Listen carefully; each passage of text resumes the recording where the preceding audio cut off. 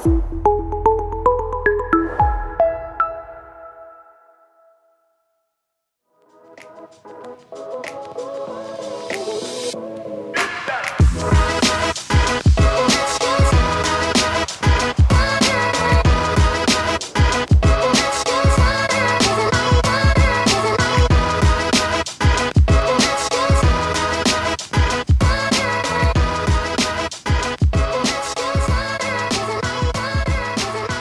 teman-teman, kembali lagi di podcast Medisco bersama aku dan juga partnerku yang cantik. Halo, aku Rada Pritiwi. Dan aku Nafisa Neklamazaya. Di sini kan kita udah lama banget nggak sih kita nggak bercuap-cuap, kita nggak berbincang-bincang kayak. Nah di sini kita bakal hadir dengan nama baru nggak sih Rada? Yes, benar banget, yang pastinya bisa dikatakan fresh from the oven ya. Dan bakal ngedukasi juga sih, Kak. Waduh, gimana tuh maksudnya? Jadi kita bawain nama baru buat podcast kita kali ini, yaitu Cochlea nih, Kak. Cochlea, bukannya cochlea itu organ telinga nggak sih Rada? Yes, benar banget, Kak. Cochlea ini singkatan dari Creativity on Communication, Health Knowledge Achieve. Jadi, cochlea sendiri itu salah satu organ telinga yang berfungsi menghantarkan getaran bunyi ke otak. Jadi, harapannya podcast ini bisa menambah wawasan para mahasiswa Fakultas Kedokteran tentang kesehatan. Gitu, Kak. Gimana? Filosofinya keren nggak sih, Kak? Keren banget dong, sama banget kayak bintang tamu kita hari ini bersama dengan Kak Alfa dan Kak Arga yang udah keren, ganteng, pinter, berprestasi lagi. Gimana sih nggak sempurna banget gak sih dua orang ini tuh? Aduh, dan dia juga di sini kan kita bakal bawain tema tentang suka nulis. Jadi suka nulis ilmiah, jadi skripsian tuh gampang gak sih? Kita tuh bersama dengan orang-orang yang tepat gitu loh. Say hi dulu dong Kak Alfa dan Kak Arga. Halo Kak Alfa, halo Kak Arga. Halo, halo. Halo, halo. Halo Kak Arga sama Kak Alfa, gimana nih kabarnya? Alhamdulillah baik sih. Puji Tuhan, saya baik juga. Oke, dan karena kan ini kan kita belum banyak yang tahu nih tentang Aufa sama Kak Arga gitu ya, meskipun namanya agak membuming gitu loh di angkatan kita gitu ya saya. Jadi maksudnya tuh di sini kita bisa kenalan dulu dong buat Kak Aufa dan Kak Arga kan sebelum kalau di kita kan tak kenal maka tak sayang, kalau udah sayang jangan di ghosting gitu loh saya. Jadi bisa dulu dong Kak Aufa sama Kak Arga buat kenalan. Siapa dulu nih? Boleh, Boleh boleh dulu. Kak Aufa dulu deh. Oke. Sebelumnya kenalin ya. Namaku Aufa. Di sini aku sekarang lagi menempuh perkuliahan juga, mahasiswa di Fakultas Kedokteran Universitas Santua. Sekarang aku kuliah di FKUHT sekarang di angkatan 2019. Lebih tepatnya sekarang lagi semester 6 gitu sih. Oke, sekarang terima kasih Kak Ufa. Selamat siang teman-teman Medisco, selamat siang teman-teman juga yang mendengar podcast ini. Bahkan nama saya Arga Setiaji, saya dari angkatan 2019. Sekarang ini saya duduk di semester 6 dari PSVD atau Program Pendidikan Dokter ya. Jadi memang untuk dulu ya saya juga pernah untuk menjadi ketua Medisco ya periode 2019-20 ya. 2021 ya, kemudian dilanjutkan oleh Shalom ya ini. Oke, jadi sekarang ini saya di Medisco, saya menjabat sebagai advisory board ditemani oleh Kak Ufa. Semoga dengan adanya kita bisa mendongkrak untuk kinerja Medisco yang menjadi lebih baik. Ini dari saya itu aja. Terima kasih. Oke. Oke deh, denger-dengar Kak Arga sama Kak Alfa nih barusan aja dapat gold medal Sahasak Nimafum 2021. Wow, keren banget sih. Berarti udah ahlinya banget nih di bidang ini. Dan pastinya udah sering mendengar, bukan mendengar lagi ya, tapi bisa dikatakan kayak bestie banget sih nih sama karya ilmiah. Nah, boleh dong Kak di-spill karya ilmiah itu apa sih Kak? Ya, jadi untuk karya ilmiah itu ya, menurutku dari namanya aja karya ya. Yang pertama kita karya dulu. Kalau karya itu menurutku adalah sesuatu yang buah dari hasil pemikiran. Dan juga ada dari kata ilmiah juga, kalau dari ilmiah itu, kalau dari ilmiah aja kita bisa lihat, ilmiah itu adalah sesuatu yang berarti teori yang sudah dibuktikan secara ilmiah. Jadi ya kalau digabung karya ilmiah itu adalah suatu buah hasil pemikiran, ya buah hasil pemikiran yang dituliskan. Nah, kalau dituliskan ini kan nggak mesti, menurutku sendiri itu nggak mesti dalam bentuk tulisan ya. Jadi bisa dalam bentuk mungkin dalam bentuk aplikasi atau mungkin dalam bentuk benda-benda. Nah, dan dari karya ilmiah itu tentunya benda-benda yang dihasilkan itu juga harus berdasarkan teori-teori ilmiah yang sudah ada. Dan juga atau mungkin dari teori yang mau dibuktikan melalui karya-karya tersebut. Jadi itu sih kalau menurutku teori ilmiah. Menurut Kak Arga gimana? Oke, terima kasih Kak Upa. Ini pengertiannya sangat itu ya, sangat kompleks sekali, sangat teoritis sekali. Jadi menurut saya, jadi kartus ilmiah itu sebuah suatu karya, jadi karyanya itu karya, jadi suatu hal yang ingin kita hasilkan. Jadi kunci dari suatu membuat karya adalah kemauan. Jadi semua orang ingin membuat suatu karya arsitek, karya bangunan atau karya suatu tulisan yang berbentuk suatu scientific paper atau kartus ilmiah itu berdasarkan sebuah kemauan yang ingin diteliti dan akan dituangkan dalam bentuk ide-ide yang nanti akan dirumuskan dalam suatu hipotesis, dirumuskan, dijelaskan tujuannya, dirancang, dan hingga diselesaikan. Itu adalah kartus ilmiah, yang dimana kita nantinya akan memperlihatkan dan menerapkan suatu metodologi dalam penelitian yang nantinya akan membentuk suatu fondasi dari kartus ilmiah. Jadi kartus ilmiah itu merupakan suatu ide atau kemauan dari diri kita untuk mengetahui apa yang belum diketahui dari dunia ini, itu bisa kita aplikasikan di kartus ilmiah. Mungkin dari saya itu aja. Iya. Kan kata Kak Arga tadi kan tentang kemauan. Kalau kata Kak Ova kan tentang buah dari hasil penelitian gitu ya Kak ya. Nah di sini kan kalau misalkan orang tuh mau kan pasti banyak ya kayak orang yang mau nulis tuh pasti banyak gitu loh. Tapi kan kadang-kadang kan buat dapetin apa kayak tekad buat bener-bener nulis itu kan susah Kak ya. Jadi kalau kita tuh bingung gitu loh Kak. Kadang-kadang tuh apa sih yang bikin kita tuh kesulitan gitu loh. Atau misalkan dari kakak-kakak sendiri tuh kan pasti juga susah dong buat cari orang-orangnya. Kadang kan anak muda atau mahasiswa itu kan males kayak nulis karya ilmiah gitu loh. Nah, menurut Kak Ufa sama Kak Arga itu kesulitan-kesulitan apa sih yang Kak Ufa sama Kak Arga hadepin gitu loh waktu nulis karya ilmiah gitu? Aku dulu ya, Edian ya. Aku lagi sudah dulu, sekarang aku ya. Boleh, boleh. Jadi, oke. Jadi memang dulu untuk pertama kali saya menulis itu 2019 ya, 2019 Novemberan itu saya mencoba untuk mengikuti seminari atau ya mengikuti pelatihan-pelatihan yang ada di Medisco yang dulu dilaksanakan oleh Kak Alan ya. Saya ikuti, saya dengarkan dan lain-lain. Memang yang jadi pantangan atau kesulitan bagi mahasiswa adalah untuk menulis dan membaca ya. Jadi ada salah satu kalau dulu saya pernah baca itu ada menurut Howard Gardner ya, itu ada 8 kecerdasan ya. Salah satunya itu kecerdasan linguistik verbal. Itu di mana kita suatu kecerdasan yang ditujuankan atau dititikberatkan pada kemampuan dalam berbahasa, baik itu penulis dan membaca dan membuat suatu karya. Nah, dari 8 kecerdasan itu kita bisa berpoin penting dalam poin pertama yang saya jelaskan tadi.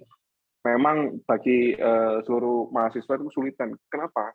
Karena dia belum pernah untuk mencoba, belum untuk memahami step by step. Mungkin salah satu alasannya itu belum ada partner ya. Jadi ada orang yang bisa secara personal sendiri. Ada yang butuh teman atau butuh orang lain untuk mengerjakannya.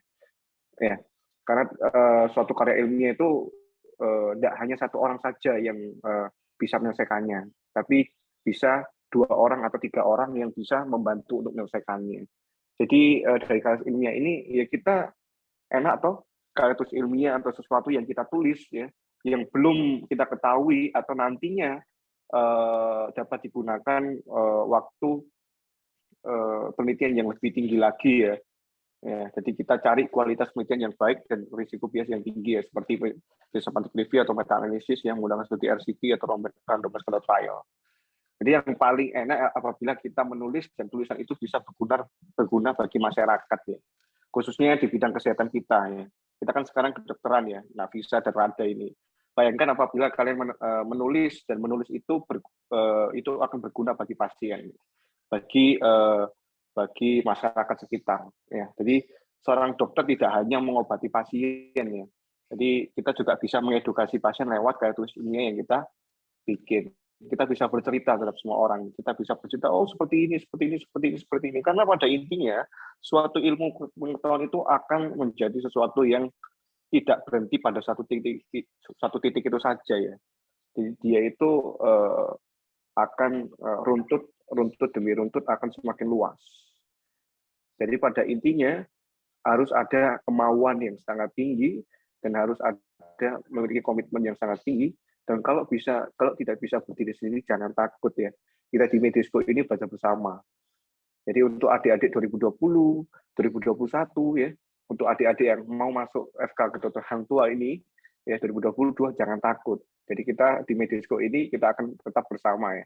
Jadi saling melengkapi lah satu sama lain. Nah, Kak Ufa senyum-senyum ya. Mungkin bisa ditunjukkan sama Kak Ufa, bisa dijelaskan lebih kompleks ya. Aku setuju banget sih sama yang Kak Arga tadi udah sebutin itu. Jadi sebenarnya ya, kalau menurutku ini menulis karya ilmiah itu nggak sesulit itu juga.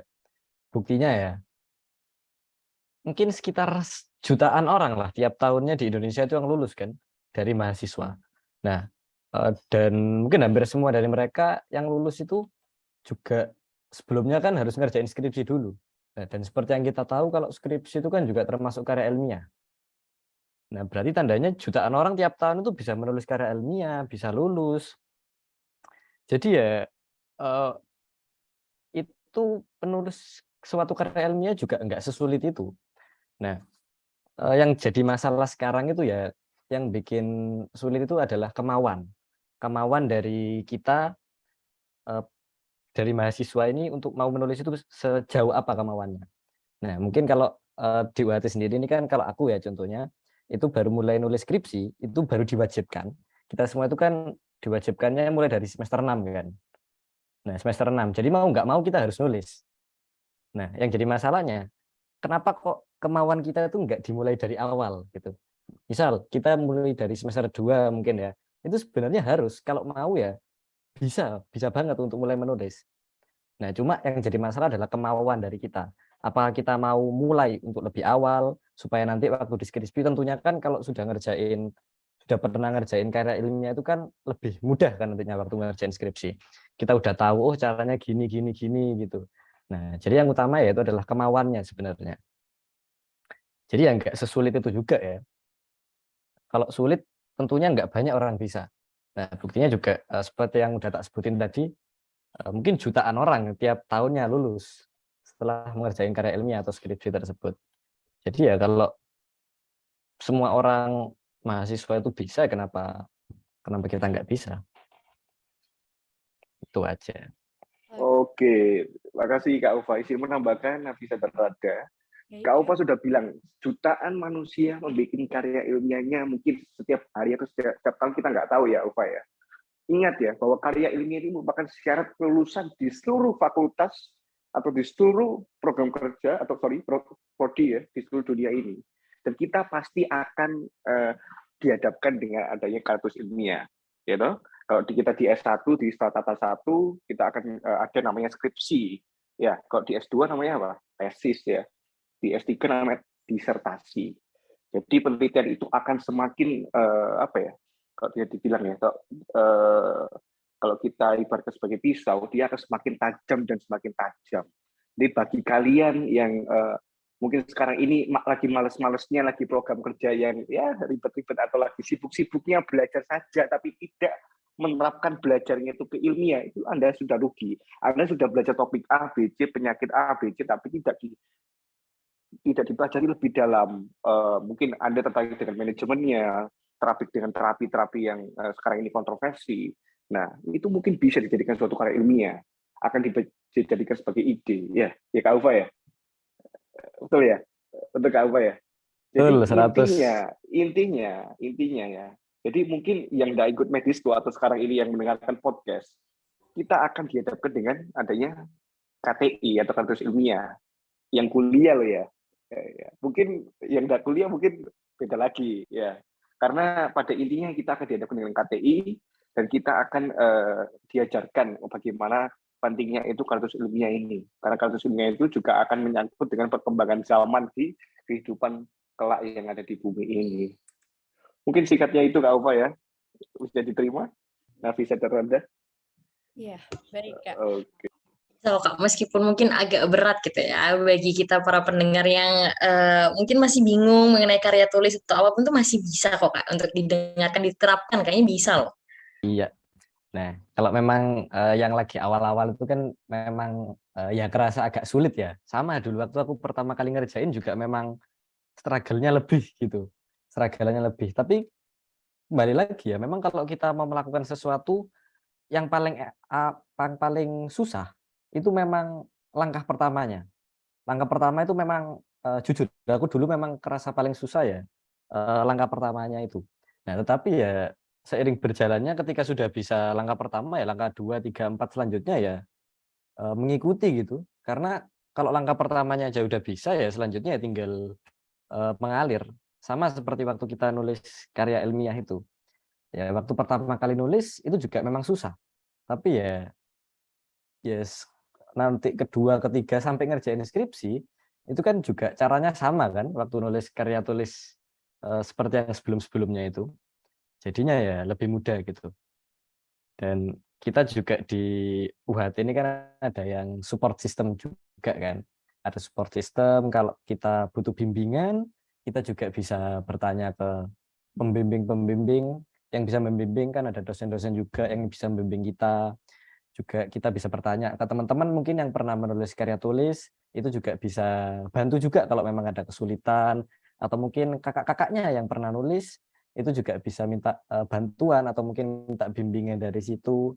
Jadi ya kita sebagai mahasiswa ya terkhusus di UHT, kita sudah punya support system yang ya yang aku bisa katakan sangat baik lah. Kalau kita mau publikasi juga ada yang fasilitasi juga toh. Dari kampus juga memfasilitasi publikasi, dari dosen maupun teman-teman juga bisa memfasilitasi dari bimbingan ya kalau kita ada kesulitan menulis. Jadi ya menurutku kalau kesulitan-kesulitan itu wajar, cuma selama ada kemauan ya di situ ada jalan. Baik, karena tadi Kak Alfa sama Kak Arga udah mengatakan beberapa faktor terkait dengan kesulitan dari karya tulis ilmiahnya, mungkin bisa dikasih tips nih Kak buat teman-teman yang mungkin baru mau mulai karya tulis ilmiah tuh gimana sih caranya gitu Kak?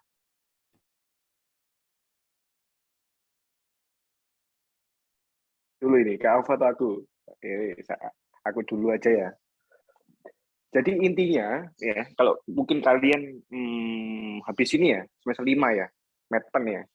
Jadi ada namanya tingkatan ya. Ada tingkatan peneliti, bisa dibilang saya lupa itu pada saat itu dijelaskan oleh Dr. Herin ya. Jadi ada penggolongan manusia ya. Jadi ada yang di golongan paling bawah itu yang di mana manusia itu membicarakan manusia lain. Iya, tahu ya, Alfa ya. Coba Kak Alfa, tahu ya, itu ya, tahu ya.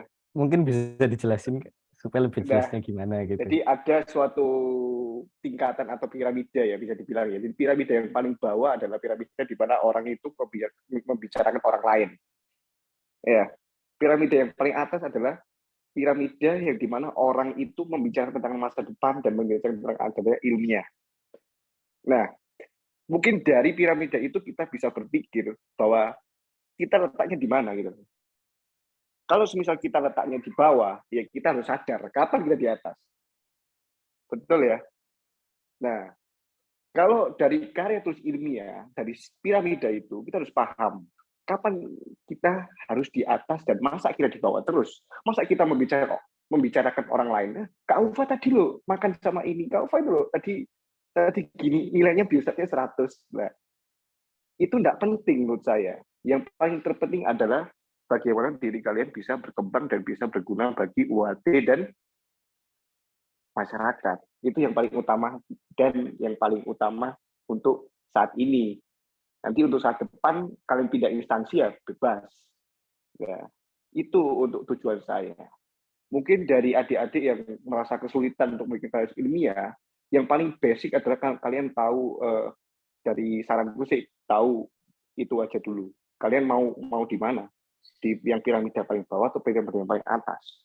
Itu terserah kalian karena life is choice. Jadi hidup adalah pilihan. Kalian bisa memilih apa saja. Dan yang paling terpenting juga karya ilmiah yang bagus dan baik dan benar ada karya ilmiah yang selesai. Jadi banyak teman-teman yang dulu sudah join pojok jurnal ya, Mungkin ada mungkin dari kakak-kakak atau teman-teman itu juga sudah terbentuk kelompok tapi tidak menyelesaikan. Oleh karena itu saya membuat tim jurnal dengan Kak Aufa itu pertama kali ya. Dulu Kak Aufa ya, itu diikutkan untuk lomba Teminlas ya dulu ya. Berbarengan dengan saya ikut lomba video edukasi di Teminlas pada saat itu. Walaupun dari Teminlas 2019 itu saya tidak membuahkan hasil, tapi yang paling terpenting ada di lomba adalah saya mendapatkan pengalaman. Jadi bertubi-tubi saya gagal untuk lomba, baik itu kasus ilmiah, poster publik ya.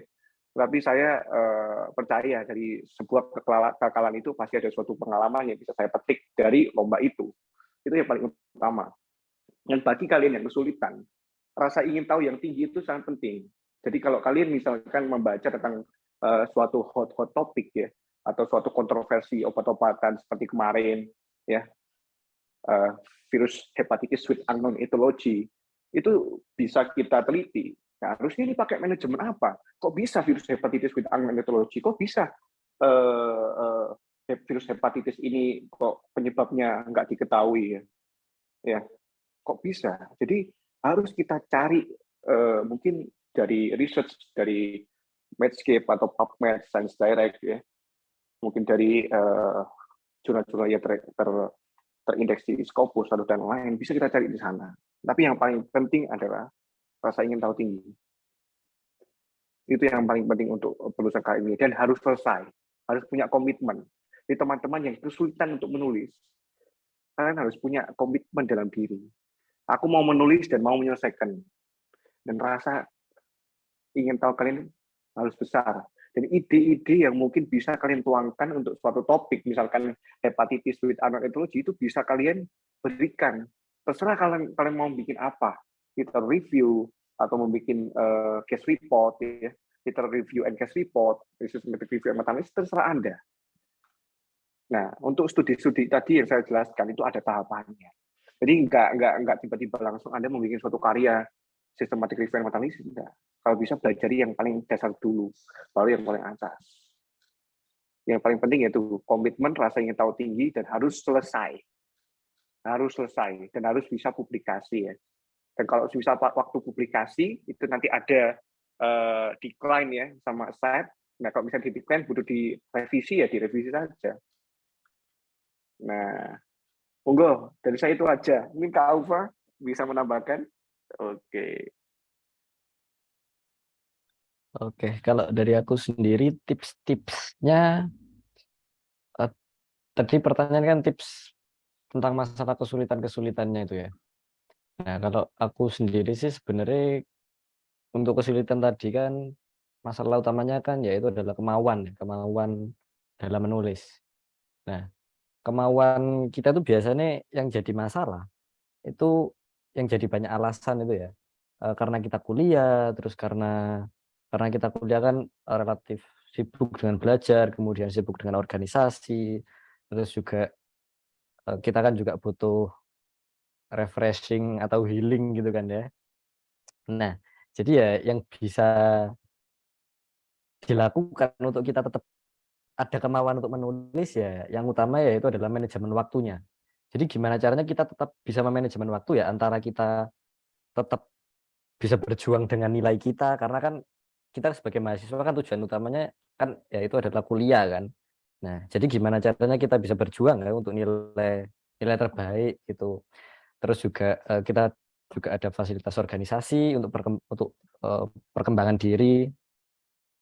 Nah, kita juga harus bisa manajemen waktu untuk itu, dan juga kita sebagai mahasiswa kan juga ada yang namanya stres juga kan terhadap ya dunia perkuliahan inilah, tahu sendiri gimana. Nah, itu kan juga butuh healing ya supaya nggak stres banget. Nah, tapi ya kita juga harus tahu untuk Tridharma perguruan tinggi itu kan juga ada karya tulis ilmiah kan, harus ada penelitian. Nah, jadi ya kita harus bagus-bagus lah gimana caranya kita bisa memanajemen waktu. Buktinya juga contohnya Kak Arga ini ya, kita tahu banget ini udah banyak banget suka banget tulis gitu. Buktinya kan juga masih tetap bisa healing, tetap bisa jalan-jalan, tetap bisa nongki dan lain-lain. Nah, tetap bisa kok manajemen waktunya. Selama manajemen waktunya selama manajemen waktunya baik semua bisa kok. Nilainya juga tetap bisa dipertahankan gitu. Yang penting manajemen waktunya aja. Kalau masalah teknis-teknis penulisan itu ya menurutku yang agak jadi masalah itu ya terkait pemilihan topik gitu-gitu, terus untuk cari referensi. Nah, tapi kalau masalah-masalah itu ya dengan adanya pengalaman itu semua bisa diatasi kok. Cuma butuh pengalaman aja gitu. Ya mungkin kalau masalah-masalah kayak gitu bisa dibahas di sesi yang lain lah. Gitu aja sih. Itu kan tadi kan menurut Kak Ufa kan kita bisa ngatasin dengan jam terbang gitu istilahnya Kak ya, dengan pengalaman yang gitu kan. Nah, kalau menurut Yes. Kak Ufa sama Kak Arga gitu loh, ada nggak sih waktu kalian nulis gitu loh, terus kayak ada pengalaman paling unik gitu loh, yang paling berkesan di otak gitu apa sih Kak kalau boleh tahu Kak? Dari Kak Arga dulu deh. Oke. Jadi memang ya, dalam suatu riset kan harus selesai ya.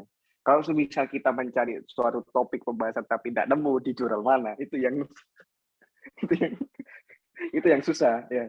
Jadi misalkan kalian mencari suatu studi yang dengan inklusi kalian, tiba-tiba kalian tidak menemukan, misalkan dari kalian minimal ketemu 10 lah dari studi inklusi yang sudah kalian ambil, ya, yang sudah kalian pilih ya. Kalian cuma ketemu 2, itu yang bikin pusing dan bikin kepala ini kok bisa 2 gitu ya. Kok bisa 2? Harus dicari lagi, dan butuh effort, dan butuh waktu yang banyak. Ya, sampai di restoran atau di mana-mana ya kita searching aja sampai nemu yang sesuai dengan studi inklusi ya. Jadi teman-teman ngomong apa-apa ini loh, ini loh besok kuliah ya, kita searching aja ya, sambil pelan-pelan. Kamu ngomong aku dengerin ya, aku searching aja, ketemu copy linknya, taruh. Mungkin dari judul dulu kita screening, dari judul sesuai dengan studi kita, dari abstraknya studi sesuai, coba kita lihat full text atau tidak. Nah, ini tipenya apa? Nah, seperti itu dari aku. Nah, kalau Kak Aufa ini mungkin lebih unik lagi ya. Dulu aku sempat pernah konflik sama Aufa ya. Ya, untuk bikin data review itu pertama kali itu ya. Kita sering debat namanya. Gak, kamu kok gini, blablabla. Begitu juga Aufa. Mungkin bisa diceritakan Kak Aufa dulu pengalaman pertama kali membuat suatu literary review. Memang literary review itu yang jadi suatu bahan itu ya adalah itu ya, membaca gitu ya. Iya, banyak orang yang susah memahami ya, terutama saya juga ya kadang-kadang ya, kalau topik bahasanya itu gen-gen itu ya, atau onkologi itu ya susah untuk dipahami ya, karena kita masih medical student ya, kita masih belum dokter atau jenjang yang lebih tinggi lagi, belum masih an. Jadi saya bingung dalam hal itu. Mungkin Kak Aufa mungkin bisa dijelaskan waktu itu. Itu yang paling unik menurutku. Aku debat sama Aufa sambil marah-marah dan lain-lain. Nah, kalau menurutku sendiri ya, kalau memang ya dalam penulisan itu kalau memang ada yang kurang setuju, debat itu udah biasa lah ya. Itu bukan masalah besar gitu ya, ujung-ujungnya kan ya dia tetap nulis, ya tetap lanjut, ya tetap selesai gitu. Nah, oke, kalau menurutku kalau ada aku pengalamanku sendiri itu aku kurang tahu ini termasuk unik atau mengenaskan. Soalnya dulu jadi ceritanya agak panjang ini sih. Waktu itu ya nggak lama juga sih ini. Beberapa waktu lalu aku pernah kan ikut suatu kompetisi. Nah, dalam suatu kompetisi itu harus menulis karya ilmiah juga. Disuruh menulis karya ilmiah. Nah, kebetulan kompetisinya internal di UHT. Nah, aku kan menulis karya ilmiah, terus habis tak tulis. Nah, waktu itu kan juga minggu-minggu ujian gitu. Ya, kita tahu sendiri lah ya, kalau sudah minggu-minggu ujian itu kan juga banyak ujian ya, mulai dari Uprakisto, Uprakana, Uprak PA dan lain-lain, mulai UU, Soka, banyak lah. Nah, waktu itu juga kebetulan lagi minggu-minggu ujian, dan itu deadline-nya karena ada satu dan lain hal, jadinya aku ngerjainnya nggak bisa jauh-jauh hari. Jadinya mepet banget sama deadline. Nah, habis gitu ya aku agak buru-buru lah ngerjainnya, dan alhamdulillah selesai juga. Nah, tapi yang jadi masalah waktu itu kebetulan aku juga lolos tahap 2, dan yang jadi masalah itu di sini. Tahap 2-nya itu kita disuruh presentasi. disuruh presentasi dan presentasinya itu tabrakan sama jadwal uprakanat. Waktunya juga sama pagi, terus juga waktu presentasinya juga harus offline juga, harus offline di kampus pusat sana gitu. Nah, terus kan ya oke lah masalah gitu. Terus kan tak lobby juga sama panitianya di sana, tak lobby dan untungnya itu juga bisa gitu, bisa diundur jadwalnya. Sebenarnya aku pengennya sih mundur sampai besoknya gitu, ganti hari gitu, tapi kan nggak bisa juga toh. Jadi ya tetap mundur gitu lah sampai urutan terakhir gitu. Dan untungnya bisa. Nah, yes itu kebetulan waktu itu kan waktu pengumumannya agak mepet gitu. Jadi ya malamnya itu aku ngerjain PPT udah udah nggak tahu, ibaratnya kayak harus ada salah satu yang dikorbanin gitu antara lomba ini atau uprakanat. Kan kondisinya aku masih belum ngerjain PPT, belum belajar uprak itu juga. Ya akhirnya ya tak ngerjain PPT-nya sak bisaku lah. Tak bisaku udah tak kerjain semuanya, udah pasrah ibaratnya sama uprakanat. Besok ya habis gitu belajar tidur. Nah, yang jadi masalah itu besoknya habis aku masuk kan ya udah selesai semua. Nah, malamnya ini kan aku kan waktu ngerjain kan enggak, ya cuma PPT seadanya gitu. Jadi aku nggak tahu besok aku mau presentasi apa yang mau tak presentasiin. Nggak tahu nanti sesi tanya jawabnya gimana. Soalnya kan ya ya aku nggak mendalami terlalu dalam juga. Nah, yang jadi masalah di sini. Waktu aku uprak, kebetulan aku gelombang awal-awal itu aku udah seneng ini. Gelombang awal-awal berarti kan aku bisa nyiapin toh buat besok buat buat presentasinya nanti kan. Soalnya aku juga masih belum tahu gitu apa yang mau tak presentasiin, apa ya nanti kalau sesi tanya jawab, kalau pertanyaan aneh-aneh kan aku nggak tahu lah menjawab apa. Soalnya aku kan nggak mendalami terlalu dalam tentang materi yang mau tak presentasiin itu. Nah, udah seneng. Nah, ternyata yang jadi masalah habis gelombangku itu kita semua disuruh karantina. Nah, disuruh karantina kan ya aku kan udah bingung gitu. Ini disuruh karantina tapi aku bentar lagi presentasi. Mau presentasi juga nggak tahu apa yang mau tak presentasiin. Terus sesi tanya jawab juga aku nggak seberapa paham sama materi ini. Ya sebenarnya paham sih, cuma nggak seberapa mendalami gitu kan. Udah panas otak aku tuh, terus ya aku coba lah buat ngelobi sama penjaganya, terus melobi sama dokternya juga, tapi kan ya memang udah aturannya kayak gitu kan, udah aturannya gitu, udah eh, nggak bisa nggak bisa diubah karena memang udah aturannya kayak gitu. Nah, udah wis selama karantina udah campur aduk lah ini otak ini. Masalah presentasi gak tahu, masalah nanti sesi tanya jawab juga nggak terlalu mendalami gitu. Ya, jadi hanya bisa pasrah aja lah waktu itu. Pasrah. Nah, untungnya juga waktu itu karantinanya ternyata nggak seberapa lama kan. Nggak seberapa lama udah keluar, udah langsung buru-buru lah nyiapin laptop, nyiapin presentasi ini itu, baca-baca materi buat nanti sesi tanya jawab. Dan ya untungnya alhamdulillah ya aku cukup puas sama presentasinya. Ya dengan kondisi kayak gitu ya aku cukup puas lah sama hasil presentasinya juga. Sampai sekarang masih di dalam otak gitu kayak ingatannya ya Allah gitu ya kayak waktu itu ya bingung gitu kan harus gimana gitu kan kayak. Ya gitulah, bayangin aja sih. Ibaratnya kalau kita mau soka gitu, sesi tanya jawab, kita nggak tahu apa yang mau kita jelasin, kalau Jadi apalagi kalau deg-degannya di lebih berasa Q&A. gitu kayak deg-degan gitu kayak ya Allah aku mati aku gitu kayak mikirnya ya kayak aduh mau mampus nih gitu kan. Nah terus kan katanya Kak Aufa tadi kan suatu karya ilmiah itu juga salah satunya itu adalah skripsi gitu kan Kak ya. Nah menurut Kakak apakah kalau kita itu gampang nulis karya ilmiah itu apakah memudahkan juga ketika kita skripsinya gitu Kak? Menurut Kak Alfa ataupun Kak Aga gimana ya? Kalau apakah skripsi itu berhubungan sama Kalau menurutku sih masalah skripsi ya, aku nggak bisa bilang mudah juga ya. Aku nggak bisa bilang mudah soalnya kan aku sekarang kan lagi menjalani skripsi juga kan, lagi menjalani prosesnya, masih belum sampai akhir. Jadi aku nggak berani bilang mudah gitu. Karena aku masih belum menjalani sampai akhir juga. Tapi ya sejauh yang tak kerjain sekarang, sejauh ini sudah bikin proposal gitu, aku ngerasanya memang bisa dikatakan kalau aku bandingin sama mungkin teman-temanku yang baru pertama kali nulis ya, aku kerasa kayak aku ngerjainnya itu jauh lebih mudah.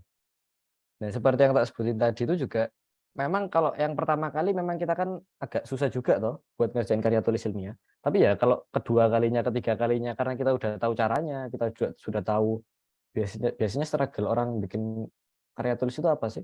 Ya kayak Mendeley-nya, terus gimana caranya bikin referensi, gimana caranya nyari referensi, gimana caranya apalagi biasanya parafrase. Nah, gitu-gitu kan kalau memang baru pertama kali kan memang agak susah.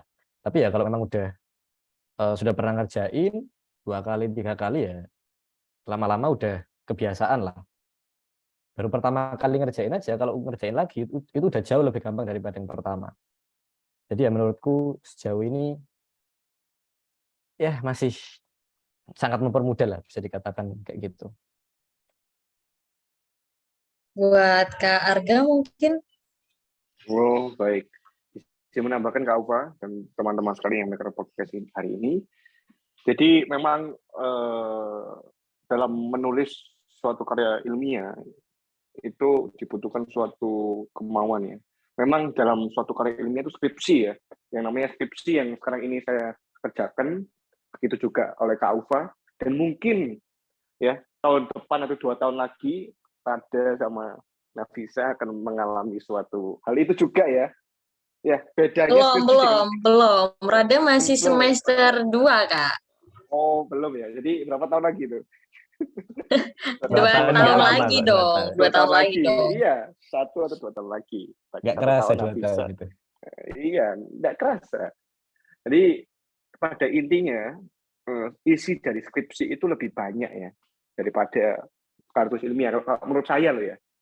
Mulai dari 1, kalau kalian memiliki latar belakang, ya bab 2 landasan teori atau tinjauan pustakanya, ya bab 3-nya, nah bab 4-nya, bab 5, bab 6, bab 7, dan isinya lebih banyak.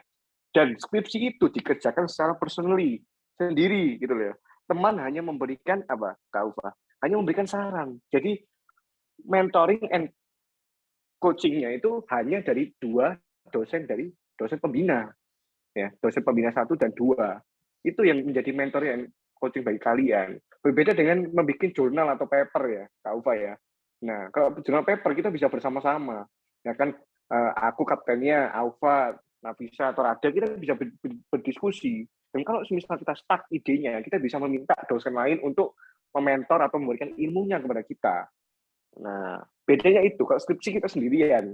Nggak bisa satu skripsi 2 orang gitu ya. Mungkin bisa ya, dalam bentuk eksperimental sebagai contoh tikus yang diinduksi septozolisin gitu ya, yang akibatnya nanti dia bisa terkena penyakit yang bersangkutan, diberi apa ya, diberi intervensi, ada yang diberikan holutoria atau tripang ya, diberikan ini kan bisa jadi objeknya satu, pemberiannya intervensinya berbeda, itu bisa jadikan kelompok, kan nanti hasilnya beda gitu.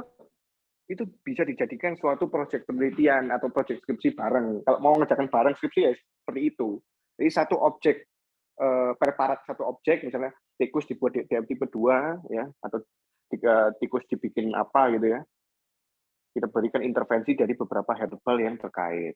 Itu bisa kelompokan. Cuma nanti yang mungkin yang beda mulai dari metodenya atau TP-nya beda, latar belakangnya beda. Tapi pada intinya sama objeknya. Itu juga bisa dijadikan kerja kelompok. Mungkin bagi kalian nanti ya adik-adik yang mau kerja kelompok skripsi ya seperti itu. Bener Kak Alfa ya, kita skripsi ini sendirian. Dan judul saya dengan Kak Alfa ya juga beda. Jadi otomatis saya dan Kak Alfa atau Alfa dengan saya itu hanya bisa memberikan saran untuk advice-an. Sisanya dari kalian. Oleh karena itu, bersyukurlah kalian join Medical Scientific Organization ya, yang dibentuk 4 April 2019. Nah, itu salah satu wadah bagi kita untuk merangsang kalian Nah, wadah untuk merangsang. Bagi kalian yang sekarang ini yang mendengar tidak terangsang, ya sudah. Ya, mungkin saya sama Kak Aufa atau bakal itu Nafisa atau Rada itu sudah terangsang. Saya nggak tahu terangsangnya berapa persen ya. 4:1 atau sudah 1:1 atau sudah sama gitu dengan saya. Itu beda. Ya. Oleh karena itu, walaupun kalian join organisasi lain, ya kalian bisa mengikuti kegiatan yang ada di Medisco ini, khususnya di Hang Tua, atau yang mungkin yang lebih lagi dari seminar-seminar ilmiah yang diadakan oleh institusi di Indonesia, dari lembil-lembil yang ada di Indonesia itu juga bisa. Research is fun, jadi ya terserah kalian mau seperti apa. Pada intinya seperti itu. Ya, jangan lupa juga untuk adik-adik yang mendengarkan podcast ini join Medisco ya. Nah, nanti bisa ketemu sama Nafisa, Rada, dan teman-teman Shalom, dan teman-teman yang ada Anissa, Ferdi, ya, dan teman-teman yang tidak bisa saya sebut satu persatu. Jadi di Hang Tua ini sangat bagus sekali dibentuk suatu organisasi ilmiah ya, yang yang mewadahi mahasiswa untuk berilmiah ya, yang mencari, yang rasa ingin tahunya tinggi-tinggi ya boleh join Medisco, itu sangat bagus ya.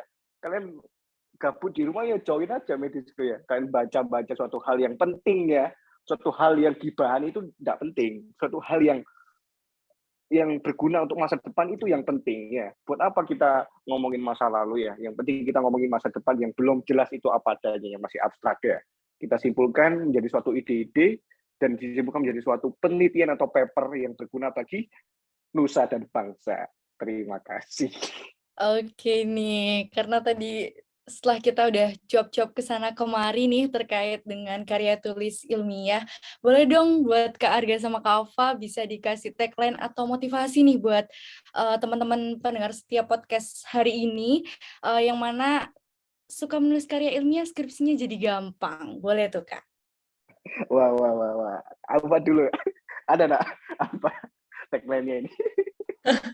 Pasti pada brainstorming nih, pasti di kepalanya Mas, coba pada mikir gitu ya. Kira-kira apa ya yang motivasi atau tagline gitu loh. Menurut Kak Ufa apa dong? Jadi kita bikin quotes gitu ya. Iya, semacamnya lah Kak. Kita bikin tagline buat adik-adiknya gitu loh. Biar semangat buat nulis karya ilmiah gitu loh. Apalagi buat angkatan semester 4 ya, yang habis ini bakal mulai mengenai skripsi dan semacamnya gitu loh Kak.